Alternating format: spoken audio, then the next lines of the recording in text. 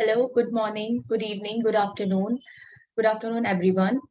Dear authors and invited guests, this is a technical session 1D. On the behalf of World Expo 2021 and the Global Knowledge Research Foundation, it's my great pleasure to welcome you to the 5th International Conference on Smart Trends in System Security and Sustainability through Zoom. We are thankful to everyone who present on this platform to go along with us digitally for this conference in these unpredictable circumstances. Also, we wish everyone for their families and the families for a protected time. And we all will pass this soon together. We hope you will enjoy the 2 days of interactive and knowledgeable session. Just before we get started, now I would like to introduce our session chair, Dr. Shamim. Dr. Shamim received BSc and MSc degree in Computer Science and Engineering from Jahangirnagar University and Bangladesh University of Engineering and Technology. He has received his PhD degree in the Graduate School of Science and Engineering, Saitama University, Japan in 2018. His research interests include autonomous system, artificial intelligence, and software engineering. He has authored more than 30 papers in the different peer review international journals and conference. He is also a member of IEEE USA and EICE Japan. Welcome to you, sir. Yeah, thank you. Thank you very much. Hello, everyone. So now this session is over to you. Thank you. Thank you very much. And we are here in the virtual room D, in the 5th World Conference on Smart Trends in System Security and Sustainability. So it's a very interesting conference because of making our society better and better.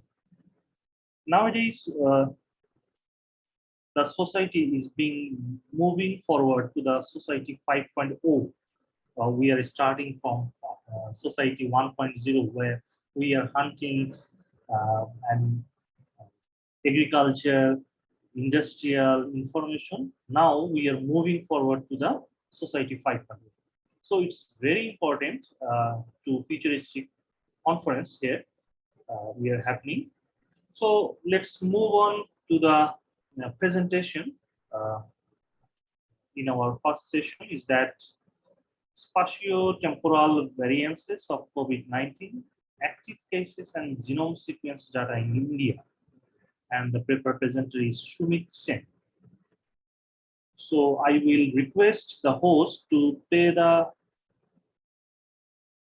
video file of this presentation. So Sumit Sen, are you here? Are you able to hear me? Yeah, of course. Please. Okay. Can you see my presentation? Yes, Sumit, yes. Please go ahead. Hello. Good morning, afternoon, and evening to wherever you are.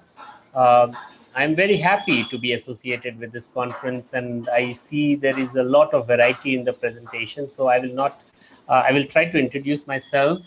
I'm Sumit Sen. I'm presenting a paper with Neelam Dabas Sen. This is about the spatiotemporal variances of COVID-19 active cases and the genome sequence data in India. And to set up the background, I wanted to mention that, oh my goodness, okay. I want to mention that there's been a lot of recent work in this area. And in the midst of the COVID-19 pandemic, there has been unprecedented mobilization of this work by different scientists across the world. I'm showing you a page from WHO, which shares the global research database. I also have a lot of information here, which says that, a lot of research articles have been published and a lot of data has been generated. We heard from Springer that more than 2,400 cases have been, oops, Uh, my presentation went away. No worries, Sumit. We can consider your PPT at end of the session. So it's a very limited time. So we can call our next presenter. Yeah, please, please, I would appreciate that. Yeah, Thank you so that would be better. Yeah, thank you so much. Thank you. So our next presenter is Mr. Shubhadeep Mukherjee, fabrication of energy potent data center using energy efficient metrics. Good afternoon, everybody. Hi, sir. Am I Good af- visible? Yeah, of course. It's clear Yeah. and loud. Pleased to meet you. And without wasting time, let me share my screen. Let me check whether you can see it or not. Now the PPT. Yes, sir. Yes, sir. It's visible. Now it's okay.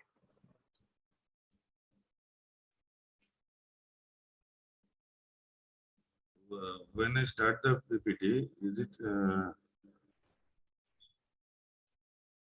it visible now? Yeah, now Yes, it's sir. Oh, thank you. Thank you. Okay. First of all, the journey started with my co-author Swandeep in 2017. He worked in a data center in India. He took the contract to reduce the energy used in the data center, existing data center, alternating the floor plan and other existing things. Now, I joined him in 2018. So what we call a green data center, to measure the efficiency of a data center, two metrics are widely used. One is power usage effectiveness, rather PUE. This is globally used by all the companies. And another is DCE. DCE is not a unique measurement. It is just a reciprocal derived value from PUE. So with these metrics, we can say whether a data center is efficient or not. Now, what is PUE? PUE is the total energy consumed by the data center or the facility divided by the energy consumed by the IT equipments only.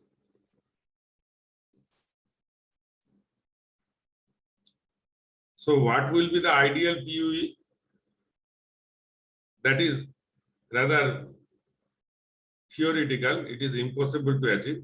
The ideal PUE will be 1. That means other than the IT equipment, there will be no consumption of energy in the data center. But in practical, the typical PUE of a Google data center was 2.0. That means if the IT equipments were consuming 1 watt of data, then the other equipments, air conditioner, UPS, power distribution units, all these things were consuming another 1 watt of data to run the system. And in 2020, Google achieved a PUE of 1.16. But here we have to remember one thing. that this 1.16 Google has achieved for newly constructed data centers, newly employed data centers. They cannot modify or alter with least cost of their existing data center to achieve this PUE. Then, how to measure the PUE? There is a simple way to measure PUE. That is, you take the UPS outputs and the utility output, divide it, and in previous days, just divide it, you get the PUE. It may be done monthly to get the PUE. Then average PUE can be computed for the year. Then they are used to decide whether it is good or not. The second level is the power distribution unit outputs. You may think the output will be same, but the UPS output and PDU outputs are not same. The UPS consumes a lots of energy when it is converted from AC to DC, and then again DC to AC, and the batteries have their own consumption. So the power distribution outputs divided by the utility inputs, we can measure separately, and we can take the measure the PUE daily or in hourly basis. Nowadays, we are measuring PUEs monthly, per minute. And then from the whole year data, we are deciding and trying to change the layout, the instruments to reduce the PUE. Now, what is the need to use, reduce the PUE? Just, I will say, you can go for the data. This is not my data. This is standard data. Reducing 0.1 in PUE may cause millions of dollars in power consumption yearly in a huge data center.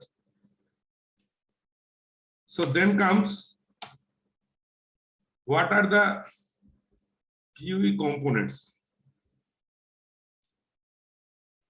On my left side, you can see the non-IT components: facility power, facility physical security, HVAC system, building management, even the limited number of people working in the facility, running the ceiling fans and using the lights.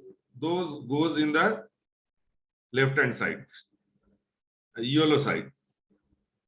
And the IT equipment, storage, telecommunication equipment, network devices, this goes in the right hand side.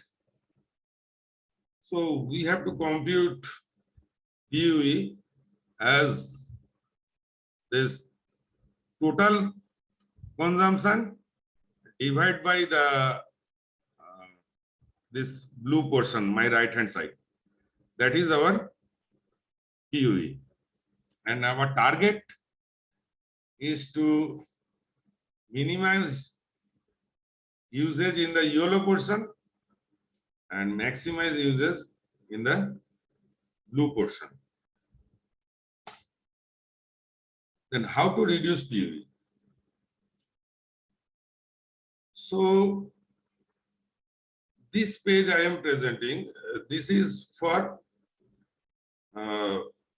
existing data centers as well as new data centers. There is no thumb rule to reduce PUE. We can try in all the sorts of way discussed here. The best one is to manage the airflow. Then, second one, there was a myth that if we raise the temperature, the servers will begin to fail. But if we raise the temperature by 2 degrees, 3 degrees, it becomes a myth, but raising the room temperature, server room temperature, does not hamper the server, but reduce the consumption. Rather, in India, we had a myth that if all the air conditioners fail, that the ATM machines will be corrupted and will fail and will not work. But we have rather millions of ATM rooms with stopped air conditioners and working even in 42 degree centigrade in India, in West Bengal, and in Bihar and UP, different provinces of India. So globally, people are raising temperatures of server room to reduce the consumption of energy. Then we can go for the airflow, study the airflow to reduce power consumption, and then we can improve, rather opt for precision air conditioning, to reduce the. Sorry to interrupt you, sir. Yeah. You have last 2 minutes. Please conclude your presentation. Oh, I am taking much more times. Yes. Okay. Well, sorry. Then these are the ways world is working, and they are working for this new data centers. What we have done, we have being in India, no one allowed me, other being an assistant professor of a college, Google will not allow me recently to work on their new data center. So we have done worked on old data centers. From 2017, Sandeep is working, and I joined him in 2018. I changed the floor plans, and we used these techniques. First of all, we elevated the floors wherever it was not there. We used some perforated tiles, floor tiles as well as ceiling tiles. Then server racks with perforated bottom. Then we changed the pitch of the server racks with some logic. That logic cannot be discussed in details here. That is in my paper. Then aligning the floor and ceiling tiles, and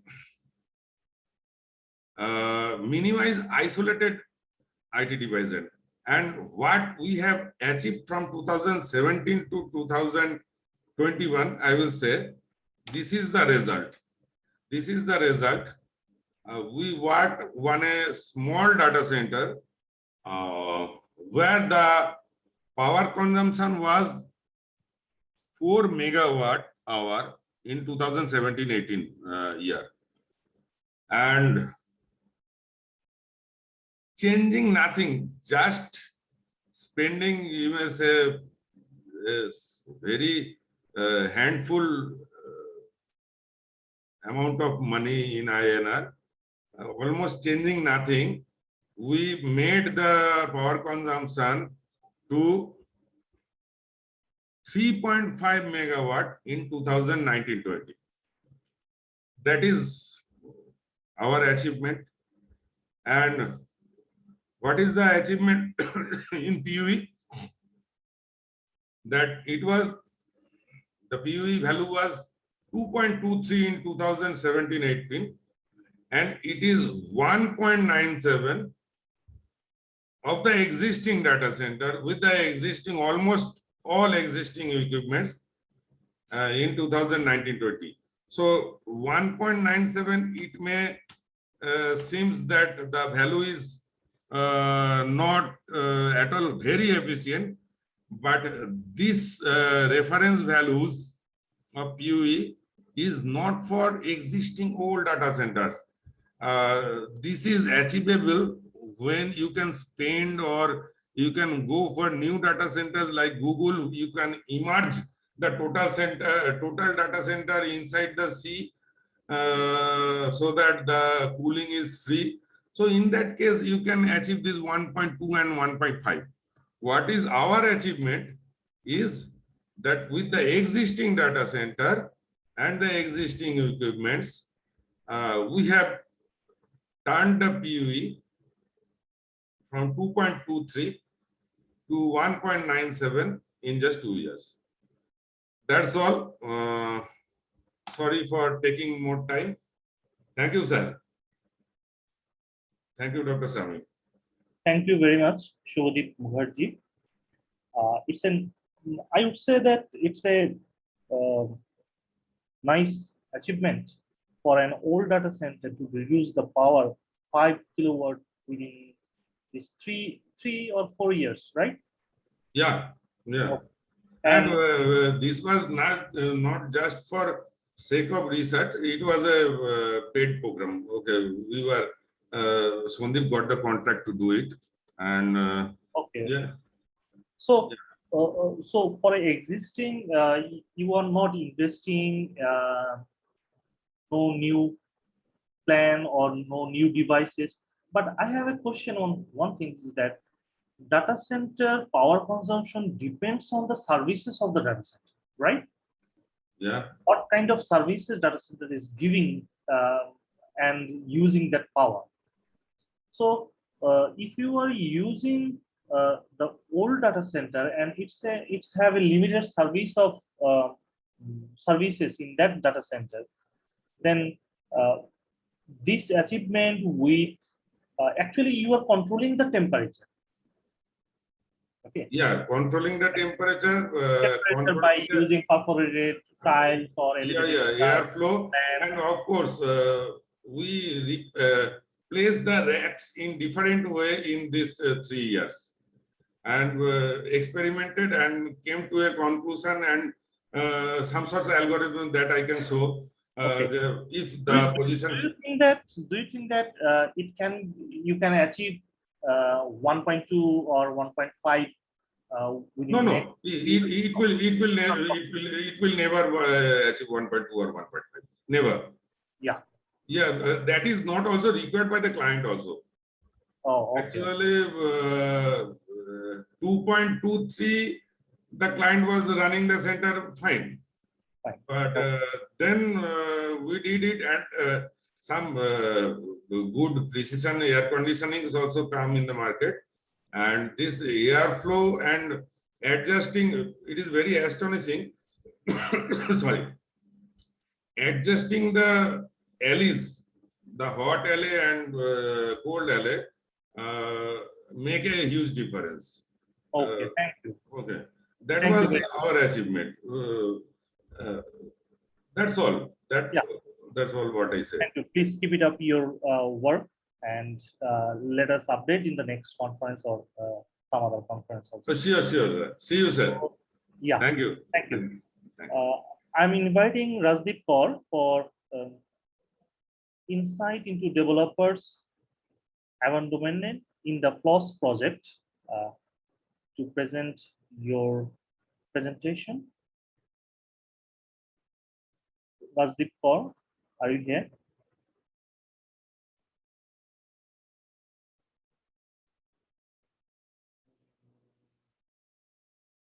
Yeah.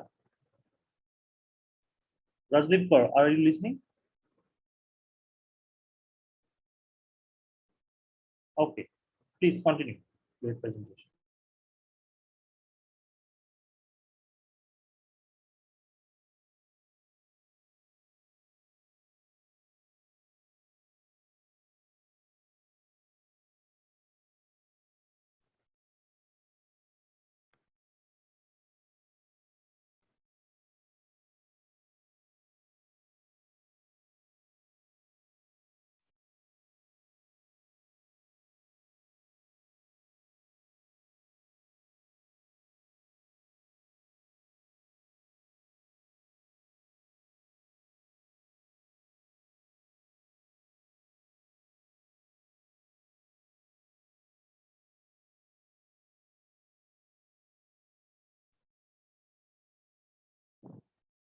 Rajdeep, please, you may start your presentation. Ma'am, my screen is available. No, your screen is not visible. Please, you may share your screen. Okay, ma'am. Ma'am, I facing problem in sharing my screen. Yes, it's visible. Okay, ma'am. Go for full screen. Okay, ma'am. My name is Rajdeep Kaur. I am working as a research scholar in Department of Computer Science, Guru Nanak Dev University, Amritsar. Today's my topic of presentation is insight into developers' wonderment in open source software projects. This is the content of the paper. First, we will discuss the abstract. The success of open source software projects depend on the attraction and retention of members.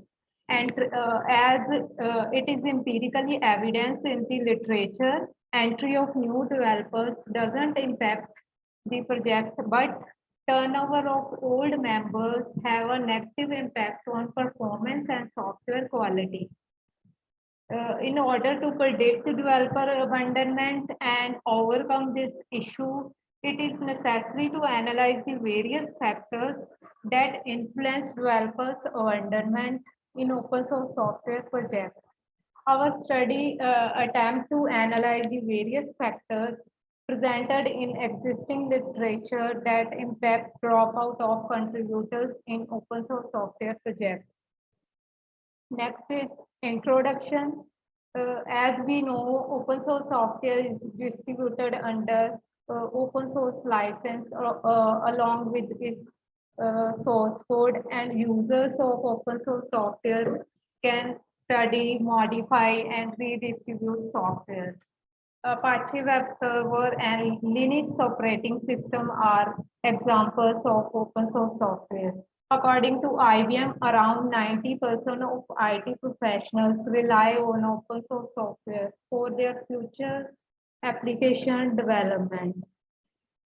Instead of its widespread acceptance, most of open source software projects fail. According to Smith, 80% of projects fail. Contributor abandonment is a serious and very costly issue in open source software. It is defined as a rate of leaving. In order to better understand why abandonment occur in open source software projects and how it can be reduced, there is a need to investigate the various influencing factors that are presented in existing literature that influence the intention of developer to leave a project. Next is scope of the paper. It is empirically evidence that abandonment has a negative impact on performance and software quality.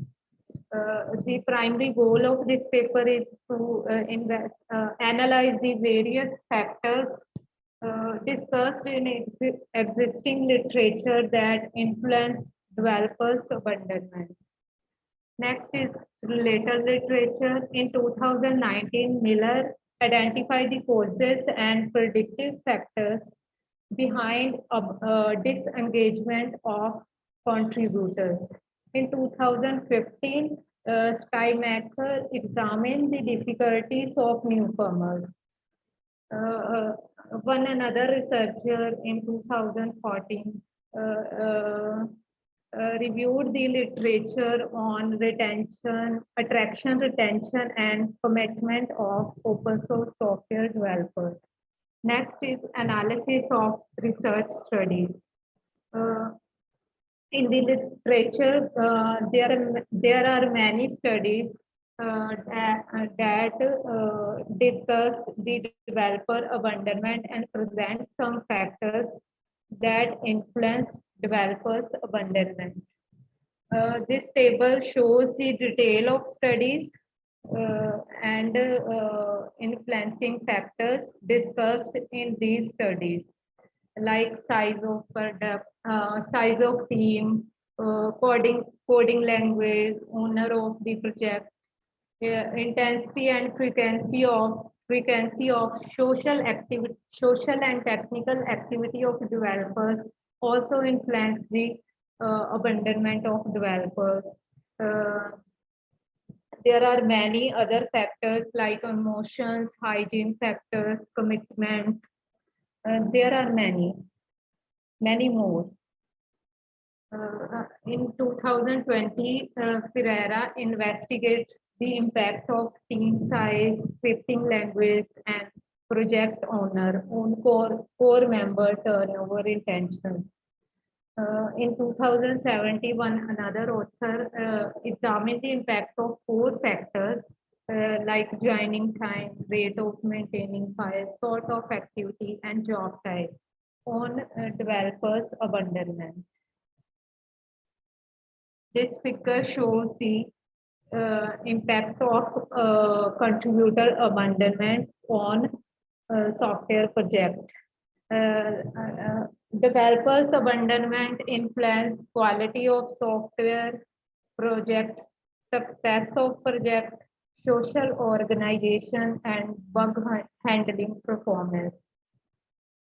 This graph shows the year-wise distribution of studies. As we see from this graph, maximum number of studies has been published in 2013. After that, next high number of studies has been published in 2019. Finally, conclusion of the paper.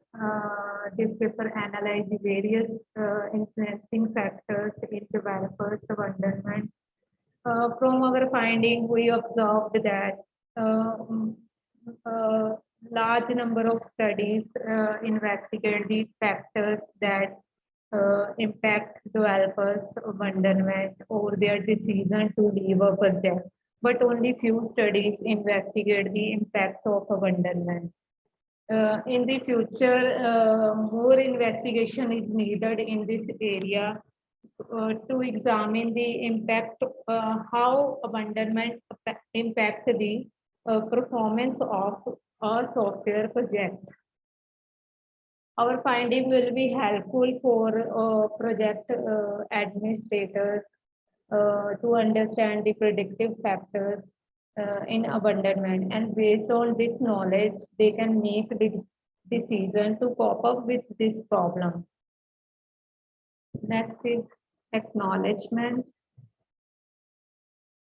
Both of the authors are thankful to UGC for providing economic aid, as well as Department of Computer Science, Guru Nanak Dev University, Amritsar, for providing required infrastructure. This is the list of references used in this study. Thank you. Yeah, thank you very much, Rajdeep Kaur. Thank you, sir. Anyone from the audience, do you have any question or any kind of? Sorry, sir. I am requesting the audience of this session. Do you have any question to the author? Okay.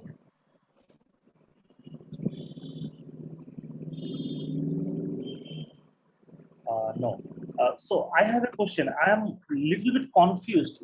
What is your contribution to this work? Okay. Sir, actually, in this paper, we only reviewed the various factors that may impact abandonment of developers. So you have showed that your in the literature review, there are a lot of review already happens in 2000. Yes, sir, but 16. And Uh, they have also suggested that what to do and what not to do. But based on that review paper, you were suggesting something else, or you were analyzing in different way? Sir, So already existing literature does not provide a yeah, overview of all the factors. in your conclusion, you said that you have analyzed the comprehensive way to analyze the flawed projects abandonment. Okay, but okay, uh, keep your word. Okay, sir. Thank you. Thank you very much.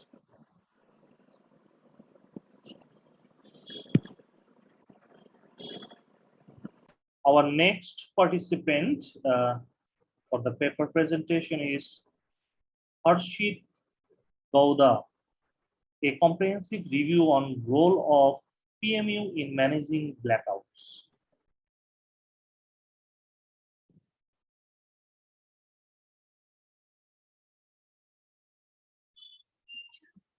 Harshit, is there any issue? Yes, ma'am. I think a network problem. Kindly give me a minute, ma'am, so that I'll come up with. Please.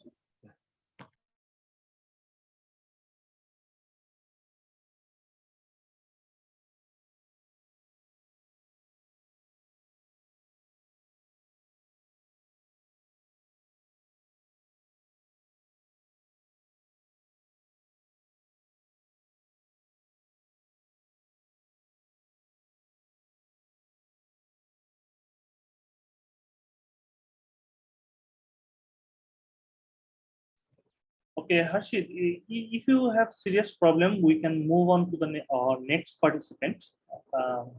In the meantime, you can fix up your internet issue and other sort of things. So, Sure, sir. is it okay now? Okay, sir. Okay. So, do you proceed to the? Okay, okay.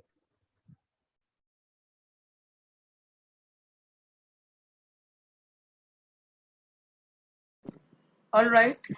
Good afternoon, everyone, and good evening for all the people from India, and greetings from Symbiosis Institute of International Symbiosis International Dean University, and from Symbiosis Institute of Management Studies. I'm sharing my PPT with you all. Is it visible? Is it visible? Hello? Yes, ma'am, Yeah, it is. it's visible now. Yeah, it is visible. It is visible. Thank you. Because I've also shared it on email. Okay. To the topic of our study is something which is more related to management, and it is in the IT industry. It is with respect to the lack of focus that is given to ethical training in the IT industry. That is the main topic of our research. Now, to very briefly tell you about that, the IT industry is one industry where there is a lot of emphasis on learning and development, because technologies are constantly changing and there is a need for continuous training and development. That is the reason why it is a lot of training is given. But when a person moves uh, to from the role of a technician or a technical person to that of an executive, to that of a leader, then the need and the want of the kind of training also undergoes a transition. The training has to take a shift, or rather has to shift from technical aspects to soft skills as well, and soft skills like communication skill, presentation skills, emotional intelligence, leadership, and also ethical issues. Now, this soft skill training is very different from technical training, and research, the literature review that we have done showed that there is a possible mismatch in the training given to the management on these very soft skills. We found from our research from our literature review that the concept of ethical working and leadership is something which is sadly neglected uh, in the name of value systems training, which is mandatorily given to employees by the company. Now, there is a big difference between abiding by the values of a company and being an ethical person when you are working, when you are at a place of work. There is a big difference in that.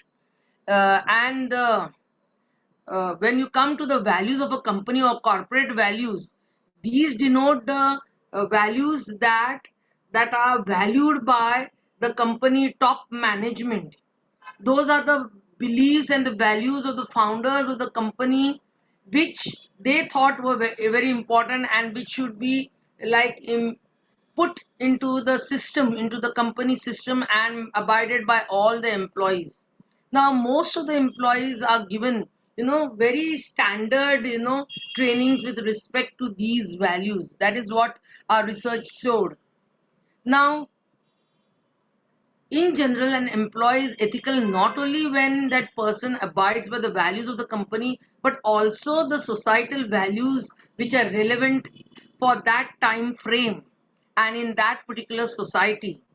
Now, understanding what company or corporate ethics is is something which is a presupposition to the analysis that was carried on, as it is the presence or absence of this particular training that is the focus of our research over here.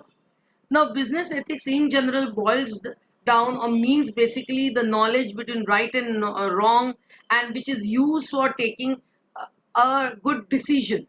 Like other soft skills, this is often believed to be something which should be ingrained in any individual, and therefore not more than a very cursory training is given to the persons or to the employees in this respect. Now, it is a fact that the ethical decisions of the company have to be abided by employees as well as by senior management, but they have to be imbibed in them through proper trainings. That is very important. Now, the literature review showed that there is immense need for a strong ethical value system for all employees who are working today for any given company. Now, we found that while learning and development focuses on technical skills, the makeup of the people or of the schedules of the employees is such that they have no time for real ethical trainings. This is a fact in the IT industry. And value-based trainings are important, yet they are not the same as ethical training. Now, this gap becomes visible from the lack of study on this particular topic, as well as the visible absence of the same from the resources available. Very few resources were available, and they were mostly, foreign-based studies. Now, in terms of objectives, we are going to understand a difference in the three kinds of companies. I'll be explaining them in the IT industry based on their work. Though we say that it is not actually a very homogeneous sector. There are three basic kinds of companies in the IT industry.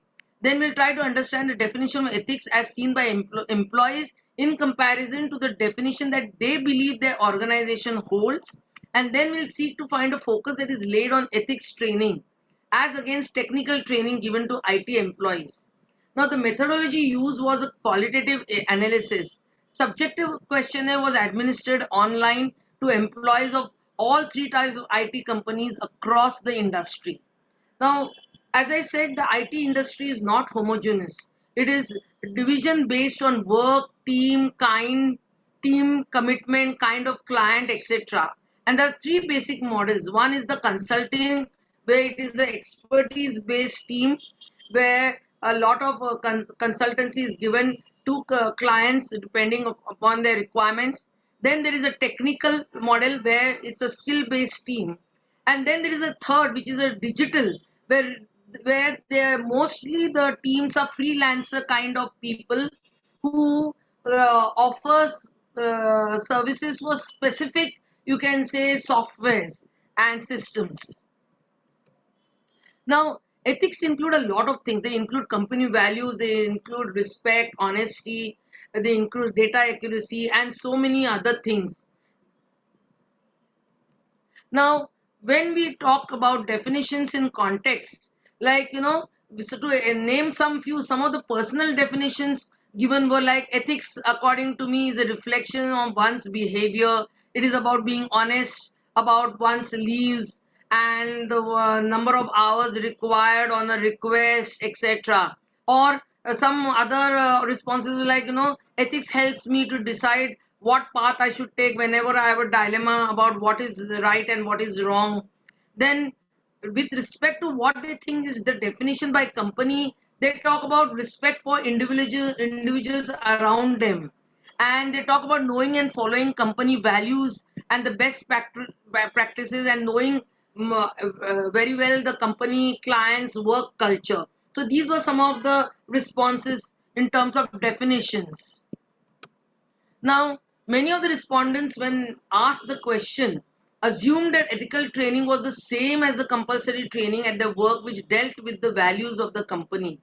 So we see that little importance is given to ethical trainings as the agenda includes value training most of the time. Company values, also known as corporate values, are the fundamental beliefs which guide a business and its working, its operation. Now, these are usually based, as I said earlier, on ethical standards of the founders. These may not actually entirely define the ethics of the company, or more importantly, those of the employees of that company. The corporate value trainings actually focus mostly on giving guidelines to employees through theory videos, simulations, games, and the focus is on making the employees recognize and act as per those values. Now, ethical training often includes programs which cover a lot of things like, keeping the workplace friendly and respecting everybody, protecting the interests and resources of the company and the clients and other and colleagues, etc. Keeping financial data thorough, etc. Being fair, avoiding all unethical practices, avoiding conflict of interest, and so many things. So this understanding brought to light even more the need of this study, and validated to some extent how this mismatch is there between what is ethical training that is being given in general, and what is ethical training in general and what is actually given in the IT industry. Now, some of the common definitions from employees in the consulting aspect of IT were like, they are like doing what is right, not what is convenient, staying within the confines of the rule of the land. It involves honesty, accountability, and doing one's responsibility, involves attitude, behavior, respect, etc. It involves sticking to one's commitment and fulfilling one's word, and also a reflection of one's behavior, and being, as I said earlier, honest about one's leaves, etc. From the software development part of the industry, some of the definitions were like, ethics are principles that define the moral and working conduct, being honest, having a clear understanding about what is the right thing to do, helping one to decide what decision to take whenever there is a dilemma, and dedication and commitment to work, how one treats one's juniors, and how one collaborates with the seniors. Now, with the digital aspect of the industry, some of the definitions were like values to live by, something that differentiates humans from the rest of the species, personal and professional values. Then there were morals that govern a person's behavior in professional as also personal areas, and also like, discipline that deals with moral values and obligations, and fairness in one's behavior. Sorry to Now, disturb you, ma'am, but you have last 2 minutes. Please conclude your presentation. okay, all right. I will actually then, because I have a lot of things. It is a very big study. I would like to go to the final. You can say, since there are only, but we found from the conclusions were that the IT industry is not homogeneous. It has three kinds, and ethics, and most of the employees feel that the ethics and company are synonymous, but actually it is not so. It also showed that there is no focus on the aspect of ethics when it comes to organizing trainings for employees in the IT industry. Many of the employees think actually that compulsory trainings related to POSH are the only aspects of ethical training. So those are some, and the significance of this study is that it is important to see why leadership suffers from many ethical dilemmas and why many unethical decisions are taken because of the lack of clarity by the companies on what defines ethics, and because of the lack of training for the same. So this is the recommendation. We recommend that more research needs to carried out into the reasons behind the existing gaps, and in-depth research also needs to be found out to find out what are the variations between specific companies or between these three kinds of companies, so we can have a comparative analysis. Finally, analysis can be done on the possible changes that need to be brought about in the IT industry with regards to ethics training. And these are the scope and limitations. Was carried out in the form of interviews for across all the three kinds, qualitative, uh, and they were for the questions asked, basically. And so these were some of the questions asked. These are the references. Thank you. I'm sorry I had to rush through it because it was a very long and a detailed study that we conducted over a long period of time. So, hello. Thank you very much. Thank you. Yes. Any questions? Thank you. Thank I have one question actually. Yes. Not question. It's a do you have any quantitative data to analyze based on your questionnaire and find any kind of correlation between the ethical management, ethical leadership, and ethical training values? No, as I said, we have only qualitative responses. You know, the responses given to the no quantitative, but yes, there is a need. That is why I said that recommended that quantitative research can be carried out on this. And don't you think that the ethical leadership actually carries the company ethical management makes stronger? Yes, but they need to be trained because many a times the company values are told, and posh trainings which have become mandatory now in India, that is prevention of sexual harassment. Those are considered to be ethical trainings, which is not so. Yeah. It's not just restricted to that. But the higher management of any kind of No, it was lacking, software- totally lacking. It was Yeah. totally lacking. Yeah, I know that. In the software industry, the form of the working is a pyramid shape, right? So with Yes. CTO and CEO, and then team leader, project manager, and the developer ends. Okay. Yes. Yes. So if the project leader or the CTO or the CEO has the ethical leadership on that company, then the ethical issue for the circumstances or the development or product issuing, I think no problem. I don't have any kind of quantitative or qualitative resources. You know better. So what do you think? No, it is actually individual based, and that is why so many unethical decisions are taken. That is what happens. Yeah, of course. Satyam is one case, I think, which happened. I shouldn't be mentioning names actually, but unfortunately, it happened. It happened. And well, this training is important, Yeah, of course. which is not given.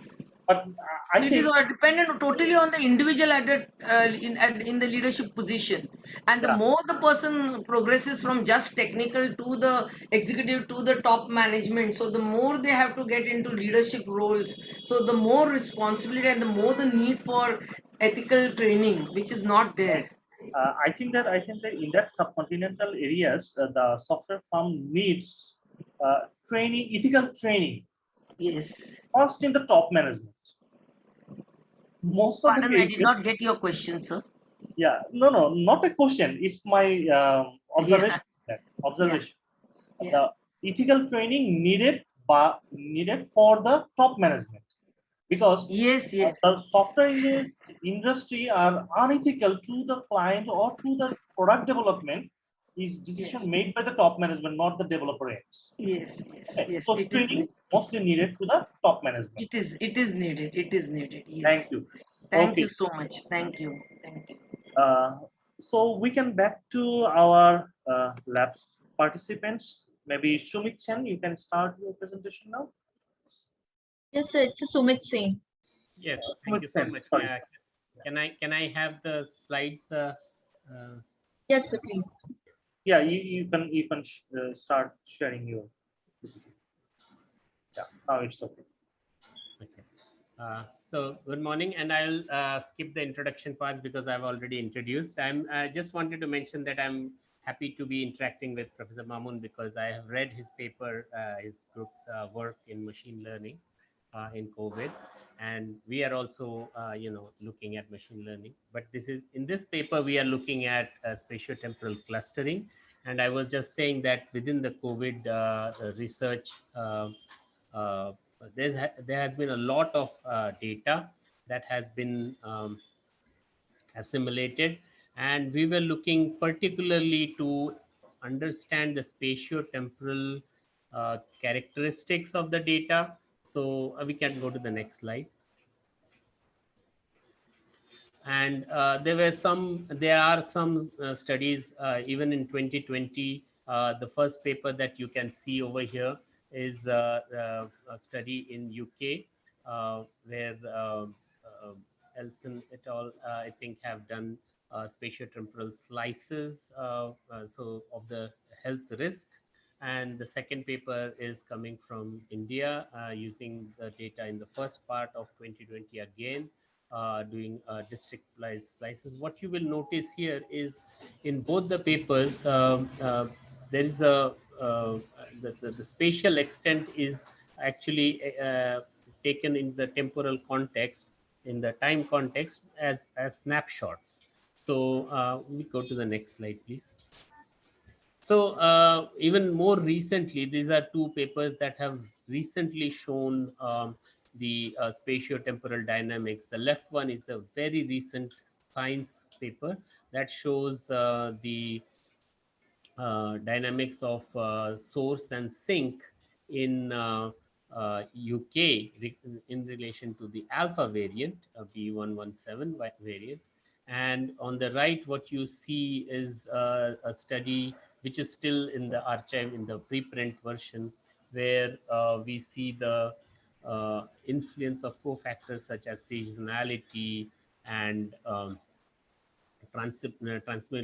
transmissibility, susceptibility, mobility related to particular period, especially the Delta variant in India, which is of concern to our study as well. So next slide, please. So as we see data, we always see the waves that on the left hand side is the global waves that you see. The global waves, the spatial dimension to that, it's the countries uh, kind of compensate for some downward trend or upward trend, and so globally you don't understand what is going on. In the case of India, we see on the top blue graph, there is a distinct first wave and the second wave, and this is something that we wanted to explore in detail.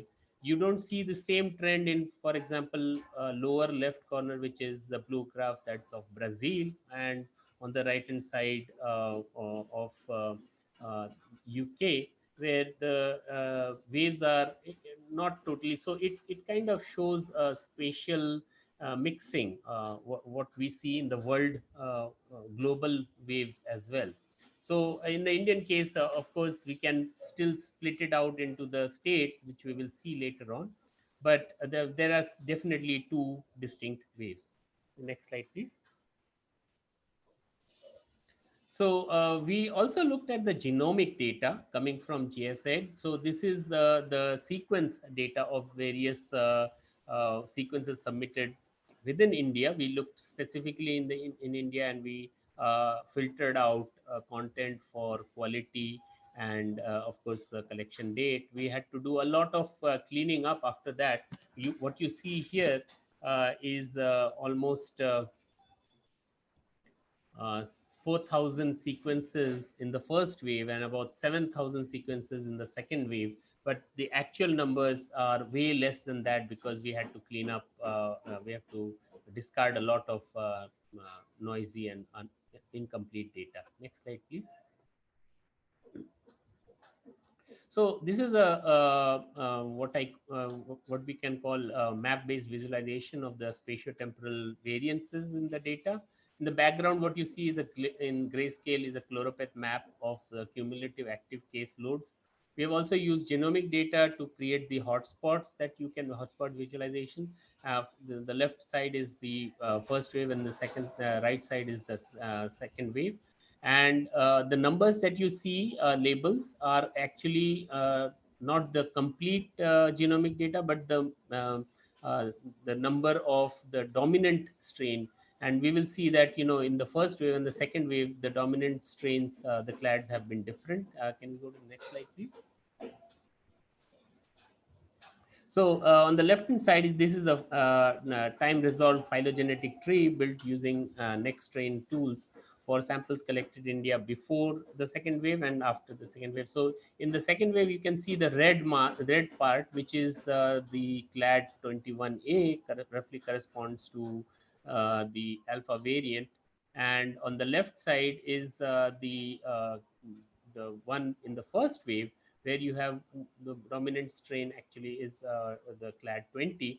So the question was, how do you analyze the spatiotemporal nature of this data? That the two data sets are intrinsically different but pertain to the same phenomena. So next slide, please. Uh, Okay, so we turn to spatiotemporal clustering to answer the question. Now, clustering is one popular unsupervised method of discovering potential patterns and is widely used in data analysis, especially for geographical data. It aims to group events according to the neighborhood, occurrence, and similar attributes. Most clustering algorithms use distance between each pairs. Now, most spatiotemporal clustering uses the time dimension as another dimension of space. And what we employ over here is a spatial scan statistic that is developed by Kuldorff way back in 1997. And basically, it helps to identify the clusters by using a maximum likelihood ratio over all possible circles Z in the spatiotemporal space. So I'll just go ahead and explain our results using this statistic. So next slide, please. So we use SAT-scan for these clustering experiments, and we have basically we have to arrange the data in terms of space and time. We looked at 4 specific data sets. So looking at the genomic data from the first wave and the second wave, and the case load data from the first wave and second wave, and tried to see whether the clusters that were formed were similar in number, and all those things. And of course, we have summarized. So on the right hand side, you see the cluster information is pretty detailed. So we just went ahead and we summarized all the information we got. We ran this on an Intel CPU, a high-end CPU, 12 processor CPU machine. But still, we took significant time, pointing to the requirement that we need to parallelize some of the algorithms. And as we said, this data is going to just get bigger across the world. So if you want to analyze this in a more concrete methodology, we'll probably have to have faster, efficient methods. Next slide, please. So the summary of the results show that there are some similarities in number of spatiotemporal clusters reported. Please remember, we can get different results if the time and space resolutions are changed. Here we are using days and state level granularity, but the nature of the clustering doesn't change even if we use weeks instead, roughly. What is important to note is that number of clusters in the first wave caseload data is very less as compared to the second wave. Also, the second wave genomic data has much more clusters than we see in the first wave. it is important to note that the quality of the clusters in terms of p-value, the range, the test statistic is also different. So thus we see that these results do not suggest that a single criteria can be used for establishing similarity or dissimilarity for that matter. Next slide, please. Thus, in summary, we applied spatiotemporal clustering techniques to study COVID-19 data sets. Now, the three takeaways that I could roughly say that they can be called as conclusions. One is the spatiotemporal clusters are not in the same vicinity. If I were to plot them, they're not exactly in the same places. So, where the genomic data clusters are, they are not the same place where the caseload clusters are. With more genomic samples available in the second wave, the spatiotemporal clusters did not grow as compared to the growth of spatiotemporal clusters in the caseload data. While spatial comparison may show similarities, added temporal dimension provides different perspectives on the variances. Next slide, please. So there is clearly a need for metrics to quantify the similarity or dissimilarity of spatiotemporal clusters. Now do this. So we have been in the past we have done this with movement data where we use trajectories but in this case, probably this is something that we will work on.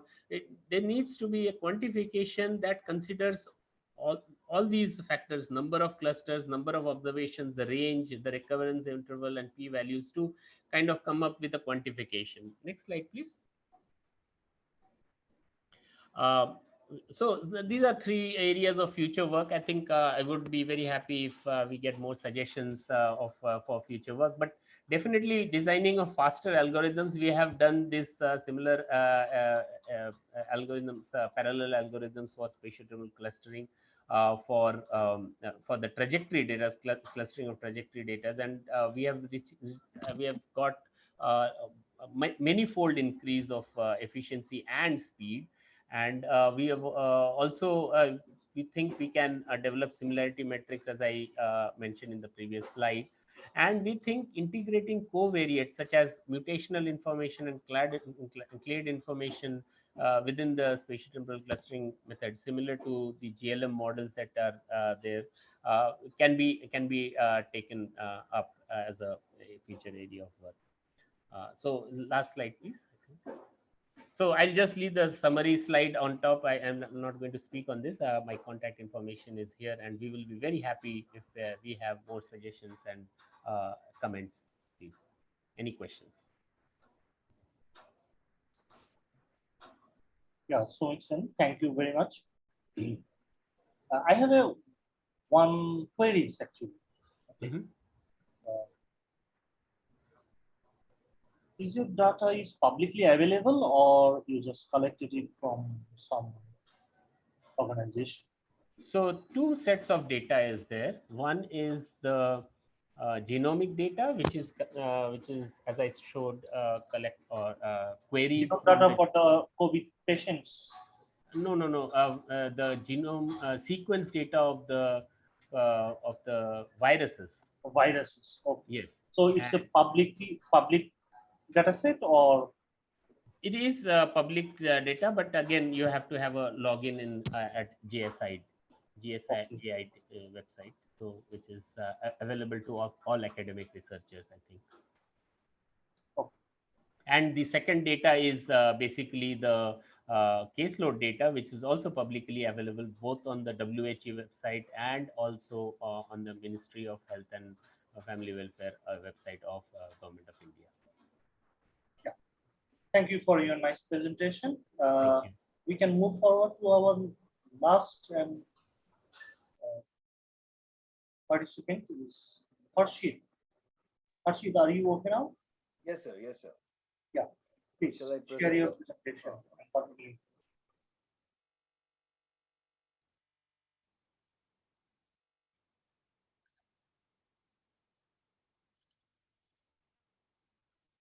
Is the screen visible, sir?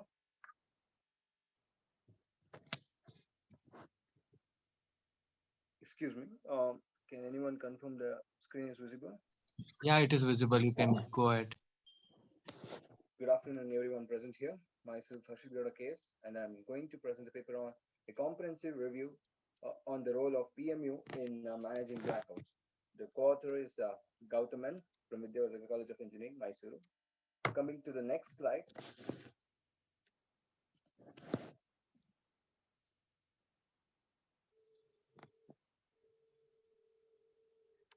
Uh, these are the following list of the contents. Coming to the next. The power grid is an interconnected network of transmission lines for supplying electricity from power suppliers to consumers. Any disruptions in the network cause power outages. Uh, Coming to three distinct operations of the power grid, that is such as generation, transmission, distribution. Going to the next. Um, Power grid. Electric power is normally generated at 11 to 25 kilovolts and then stepped up to 400 kV to 220 or 132 kV for higher voltage lines through long distances and deliver the power into a common power pool is called as grid. The grid is connected to load centers through a sub-transmission network of normally 33 kV lines, which terminate into 33 kV substations where the voltage is stepped down to 11 kV for power distribution through a distribution network at 11 kV and lower.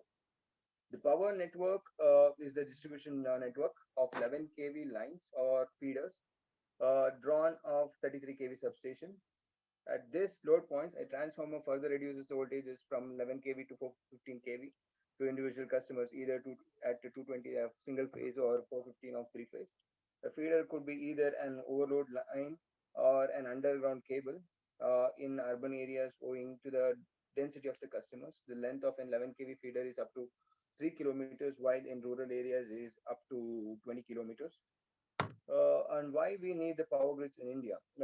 Electric power transmission is a bulk transfer of electrical energy from generating power station to electrical substations located near demand centers, and it is difficult from the local wiring between HV stations and customers, which is typically referred to as electric power distribution.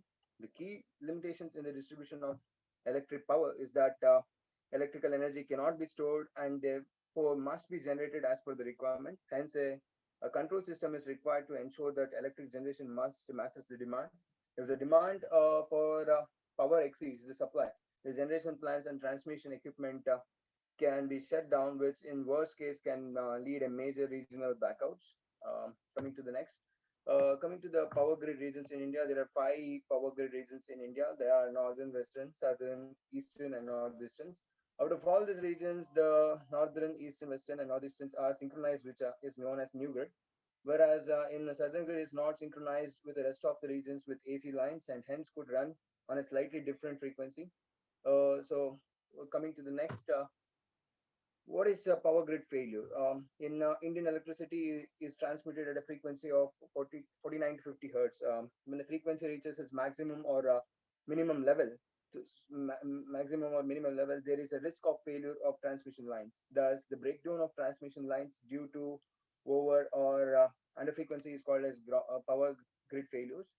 The role of load dispatch centers is to maintain the frequency between minimum 48.5 to maximum of 50.2 hertz. The National Load Dispatch Center is also responsible for maintaining the overdraw done by the states. Where the status overdraw power crossing the limits, the same also becomes the cause of power grid failures due to excessive load on the transmission lines. Coming to the next, these are the history of the major power grids throughout the world, where I am going to talk about the July 2012 Indian blackout, where in July 2012, India blackout was the largest power outage in history, occurred as two separate events on 30th and 31st July 2012. The outage affected over 620 million people, about 9% of the world population, or half of the Indian population, spread across 22 states in northern, eastern, and northeastern. As estimated, 32 gigawatt of generation capacity was taken offline in this outage. Coming to the next, phasor measurement unit. Uh, Synchro phases are the time synchronized numbers which represents magnitude and phase angles in sine wave. They are measured by high speed phasor measurements. PMUs are up to 60 measurements per second, which is much more than the typical one measuring every 2 to 4 seconds provided by conventional SCADA systems. Coming to next will be explained by Gautaman. Yeah, moving on to the next concept. So the title over here suggests it's a comprehensive review of role of PMUs in minimizing or in rectifying power system blackouts. So power system blackouts are detrimental and it would affect a larger area of people. So as a result, in order to overcome that, PMUs has to be incorporated. So this survey or the review will suggest how PMUs are important and why PMUs has to be incorporated in power system. The main finding that we found from the literature survey was PMUs are capable to monitor stability, and also they'll be able to manage power system blackout. That is, system will completely collapse during such events. So that can be easily mitigated. So the literature review, various literature suggests that. So there are different options wherein we can get to know the values of voltage and current phases or even frequency with the incorporation of PMUs. And earlier thing, there was a drawback with respect to the SCADA system in the rate at which it gives an operator a signal, whereas PMUs are much more faster. So these literature 8 and 20 would suggest that use of fuzzy rule-based classifiers or any other optimization techniques in order to suggest the values for PMUs. Next. So globally, we all know that why PMU. So we know about different bus systems. We, as already mentioned, we know about Southern Grid, Indian Grid. Indian Grid is categorized to Southern, Northern, Northeastern, and we also have tested this with respect to standard IEEE bus systems, and we have used the data of Southern Grid, Northern Grid, and Eastern Grid. So we cannot incorporate PMU on all the bus systems. So in order to highlight the exact applications of PMUs, so we have just considered the survey that is done, and later on the outcome of this survey would be where exactly PMUs has to be installed in order to mitigate power system blackouts. So we all know about different blackouts. Recently, what was mentioned was July 2012 Indian blackout. There was a California blackout wherein system will completely collapse and it would affect a lot of economic operation of the system.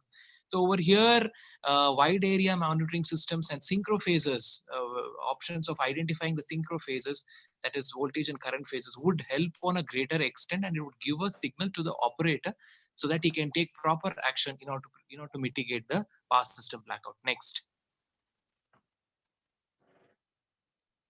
So these are some of the applications wherein PMUs were used. T stands for under testing, wherein PMUs are incorporated in order to test the network situation awareness in terms of post disturbance analysis, stability monitoring. What is stability? System should come back to synchronism after a fault or after it gets disturbed. It should come back.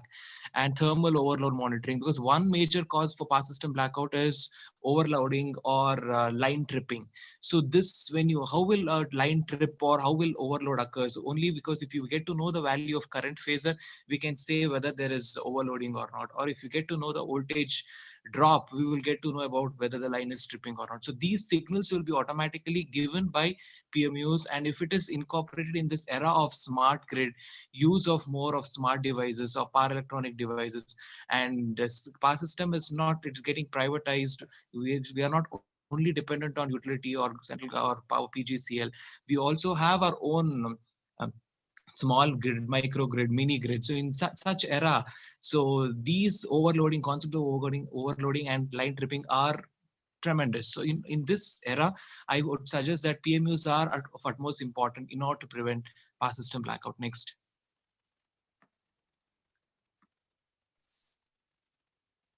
So as I already mentioned, the reasons for blackouts where line would trip, or we would have overloading in the lines, and these are totally dependent upon the type of system. And why we need to bother much is power system is totally interconnected because of exchange of power.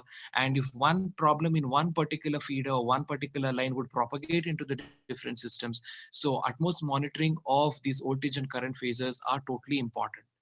Next.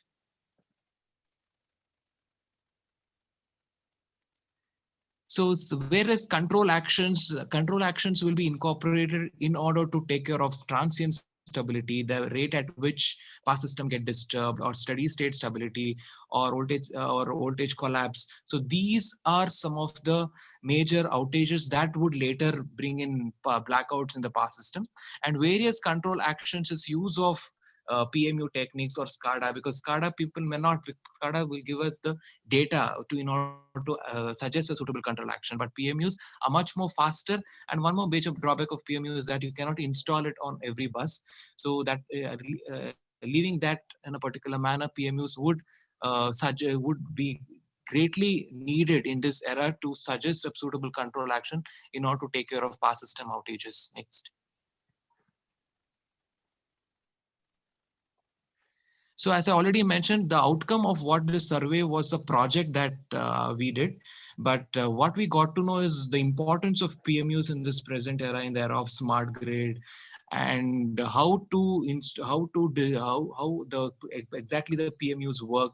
What was the previous technique that was used in order to take care of power system blackouts like SCADA systems, and how our PMUs are of utmost important in this era, even though they are costly, because they would be a greater boon to most of the power utility and also the private power consumers.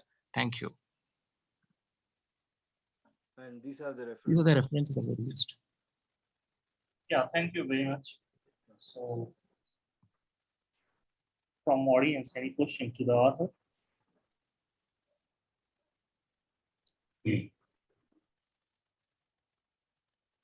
Okay, thank you very much. I think we have finished all the presentations in Thank you, this sir. session, and it's a very interesting sessions because we have COVID data and data center power efficiency or power management in PMU blocks that recent Harshit presents, and the software engineering and ethical training. So all mix up. That's interesting because it's also impacts that smart trend in system security and sustainability. So this session is very interesting one. I would like to thank you all the presenter here and the organizer of W4S maybe. Yeah. Thank you so much. Yeah. So thank you very much. Thank you so much to all participants and our authors for their excellent presentation. Again, I sincerely thank you all participants being a part of this digital conference. And all the participants would be getting digital certificates within 2 working days by email. And all the papers are already forwarded to the Springer, and the publication will be live within 5 to 6 months. Kindly cooperate with the team of World S4. And I also thank you, our session chair, to chairing a session. Thank you so much, sir, for your valuable time. And I request to my team to display the certificate.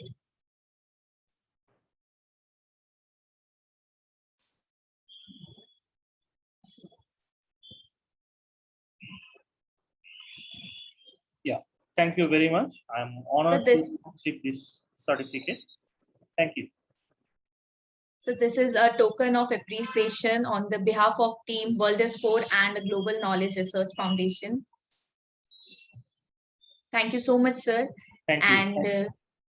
And I just a kindly request to everyone, please turn on their cameras for their quick snapshot for the valuable and memorable conference to the display on the conference website. Please turn on their cameras so we can take a quick snapshot. Yeah, I'm sorry.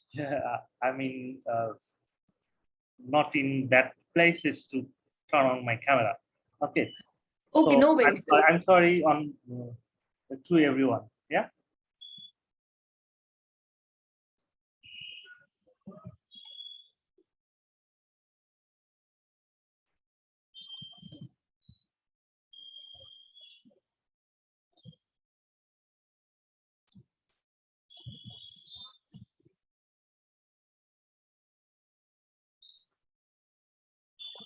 Thank you so much, participant. Thank you, sir.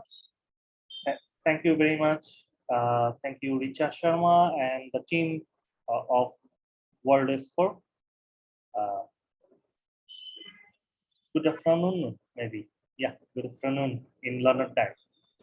Thank you very much. Thank you, sir. Thank you, sir.